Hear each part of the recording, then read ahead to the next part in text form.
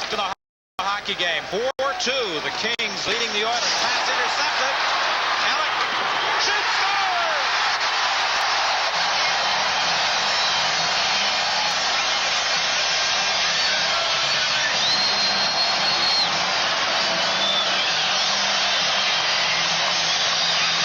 On the third shot of the period by the Kings, Todd Alec intercepts a pass right here. Martin Jelena trying to go across the rink, just coming out of his own zone, and Alec tees it up and beats Grant Fuhr to the long side on a rising shot that got by the foot and glove of Fuhr, and this goal puts this game almost completely out of reach as far as the Edmonton Oilers are concerned. Passes into the middle of the rink have cost the Oilers a few goals in the playoffs this year. This one was tossed in there rather carelessly by Martin Jelena. Steve Smythe forced to circle back by Casper, gets it ahead to Messier on the left side, too far for Simpson. Blake banks it off the boards. Casper has control, takes a bump along the boards, but gets away from Anderson.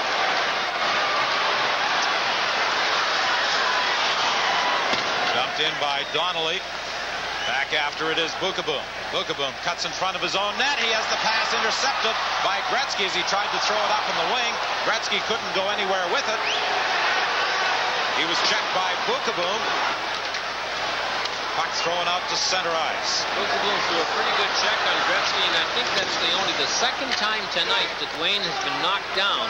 And you recall the last time we were in here doing game 2, Wayne spent as much time on the ice after being hit by Oilers than I think I've seen in any one game.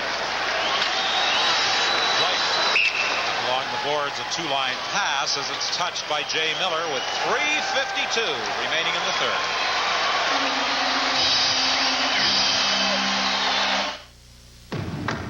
Gillette presents Sensor, the system, the technology that will change the way you shave forever. Sensor, twin blades set on springs to read your face and respond.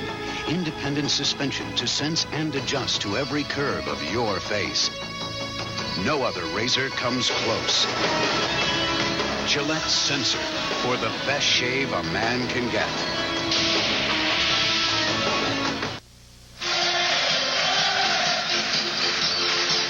Face-off inside the Los Angeles line. 3:52 left in the third period.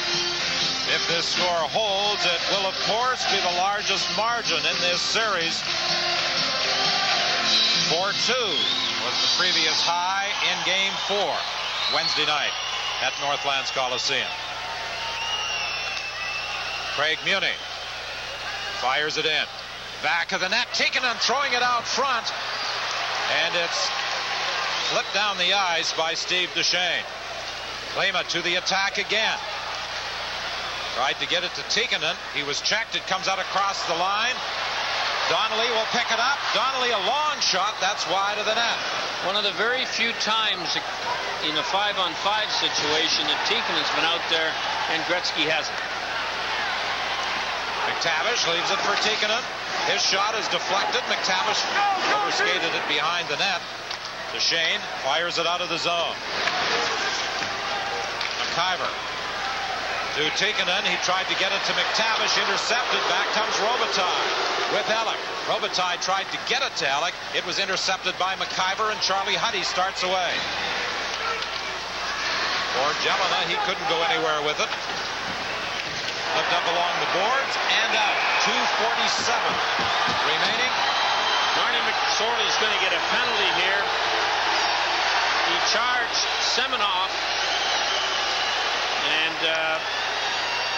well after the puck kind of left the zone now, McSorley turns to Marawilli and says, I could read his up, what's the problem, Dan? What's the problem here? And Marawilli says, the problem is, my friend, you're going to the box for checking from behind. Let's have a look at it here. Semenoff hasn't touched the puck this shift, and certainly Marty deserves a penalty there, as the former Moscow Dynamo player going to take a bit of a breather here in the Inglewood, California. Well, the fans here at the Great Western Forum are chanting his name, unlike the situation in Edmonton, where each time McSorley touched the puck, there was a chorus of boos. And I'm sure those same boos will greet him if it does go to a sixth game. Well, one thing about that call, Marawelli had all kinds of names for it. This guy's looking to see what the weather's like in Edmonton for the game on Sunday. Could have been elbowing, could have been charging, could have been interference. But called it boarding for 2 minutes, and there are 2 minutes and 47 seconds left in this hockey game. The Oilers are 1 for 5 on the power play and have had 11 shots on those 5 power plays. Bob Blake gets it out of the zone. Charlie Huddy has to go back after it. 2:36 now remaining in the hockey game. Edmonton with the man advantage. Blake breaks it up again.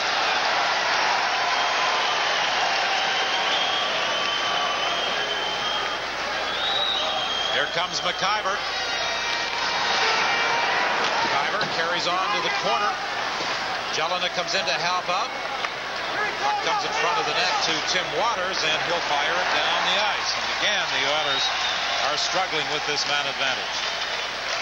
Can't get the puck over the King line and then get it under control. Anderson tried to throw it in front. It hit the side of the net. Back of the goal. Anderson has it. Back to the point. Smythe over to Klima. Fired in back of the goal. To the point now from Klima. He tried to pick it up on his skates. Couldn't get a shot away. Robinson intercepts back of the net and fires it down the ice, and now we've got a skirmish going on involving Adam Graves. Waters, I think. Didn't last very long as Waters tripped. I think it's Waters, number 5. Tripped, and what looked like was going to be a fight ended very quickly. 1:29 left in the game, 42 seconds left in McSorley's penalty. LA 5, Edmonton 2. Well, that fight wasn't anything near the Foreman-Holyfield battle, and you'll be able to see it on CBC Sports Weekend tomorrow at 3 Eastern Time. For some of you viewers, that will be today. And following the fight, about 5 hours after the fight is seen on the CBC television network, Hockey Night in Canada goes to the Forum in Montreal. Game 6 of the Canadiens-Boston Bruins series, with Boston leading by a margin of 3 games to 2. And it will be a 3-2 advantage for the Edmonton Oilers on Sunday when they return home for Game 6 against the Los Angeles Kings. So for you sports fans, it's a great weekend on CBC television, and it will continue that way until the Stanley Cup is over. 12, Adam Graves. Los Angeles penalties number 5, Tim Waters. 2 minutes each for roughing. Time of the penalties, 18:31. 2 minutes apiece, in the opinion of Dan Marawelli, on that skirmish between Graves and Waters. And as I said before, Marty McSorley still has 42 seconds left in his boarding penalty to serve.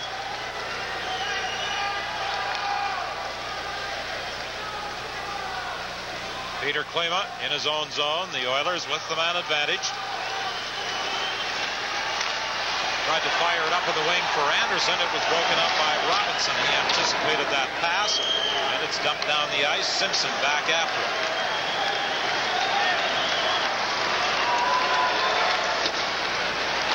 McTavish gets it back to the point to Smith. He moves in front for Anderson. He just failed to deflect it. We're into the final minute of the hockey game as Klima goes back into his own zone.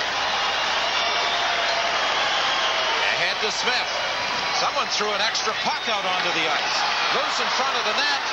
And the one they're playing with, Kelly Woody, was unable to grab, but this time it's fired down the ice. At the side of the net.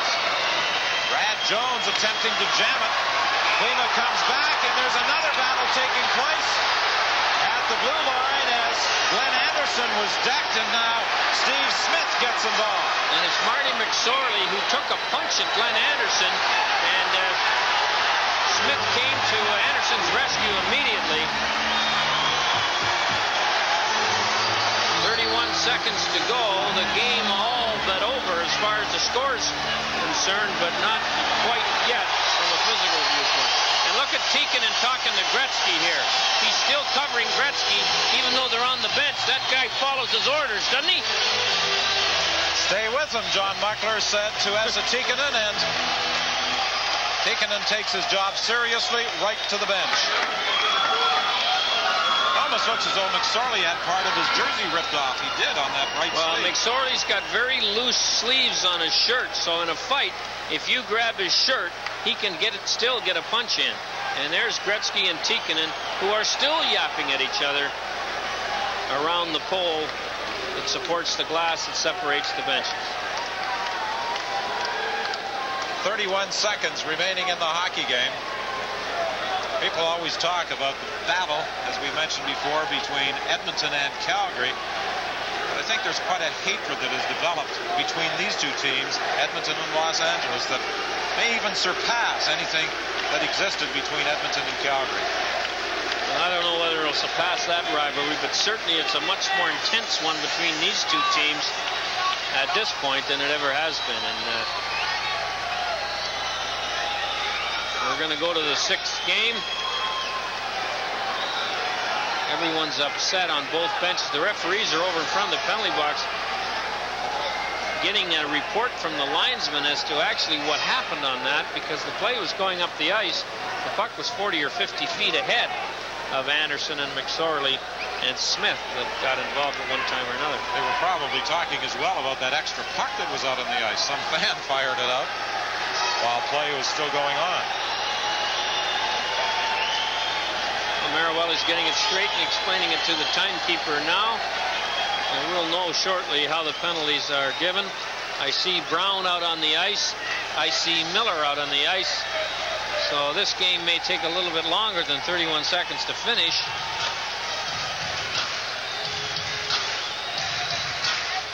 While we have a chance, let's review the scoring summary in this third period. Anderson had Huddy's point shot bounce off his leg at 5:04 to bring the Oilers within 2. But then Todd Ellick intercepted a pass at 15:04 and beat Grant Fuhr from the top of the circle to restore the Kings' 3-goal advantage. Earlier in the period, we talked about two pucks being on the ice at the same time. 5 minutes for fighting and a game misconduct. And there's the other one. And the linesman alertly picks up the one that they were not playing. Too bad they can't get the guy that threw the puck right and get him out there for a shift. A double major for fighting and a game misconduct. Marty McSorley gets the game misconduct and double major. He gets 5 in the game for instigating the fight and jumping Anderson, and then gets another 5 for fighting Smythe. And a game misconduct. Kings penalties to number 33, Marty McSorley. 31 seconds is all that remains. A double major for fighting. And a double major to Marty McSorley. Well, he's not nearly as innovative as those fans up in Edmonton, the 3 of them who showed up for game 4. Much better version of Puckhead up in Edmonton than this guy's homemade head. Looks like kind of a guy that would throw it out.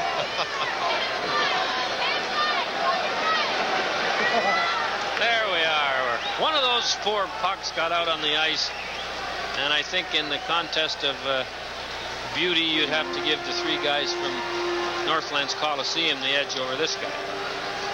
They went to a lot more trouble to get dressed up for the hockey game. Save those costumes for Halloween.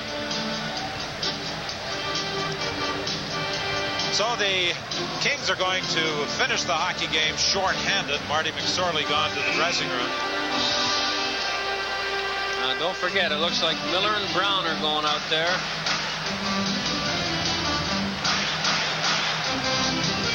And these 2 guys may well get involved. It doesn't seem to be a good idea from anyone's viewpoint, but when you get 2 guys like this on the ice, and they'll probably face off standing right next to each other, the sparks could fly. Well, Dave Brown has dressed for every game of the playoffs. Miller has not participated in all the Los Angeles Kings have played. I wonder if Miller realizes that Dave Brown has a picture of Don Cherry in his hockey pants. Would that frighten him?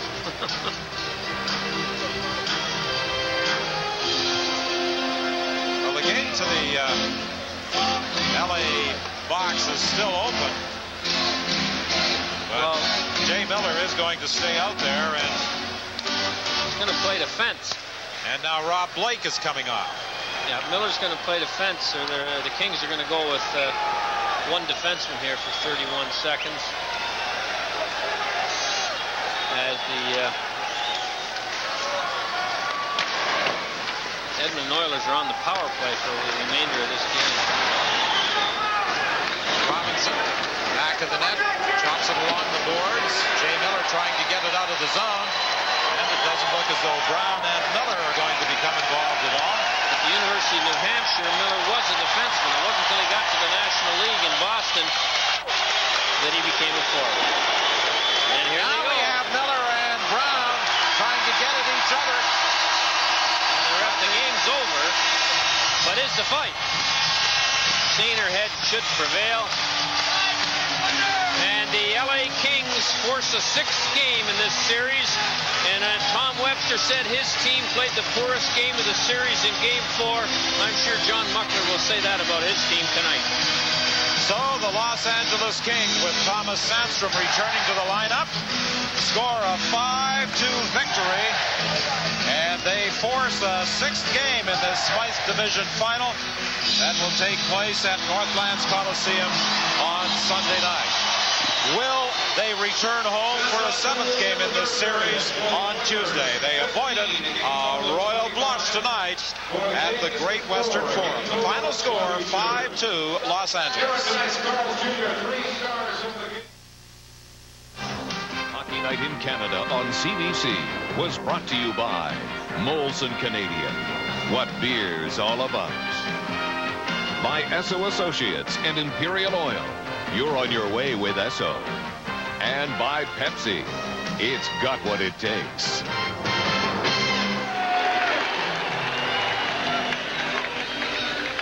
Molson 3 stars this evening at the Forum in Inglewood. Luc Robitaille, #1 with a hat trick, leading the offensive attack.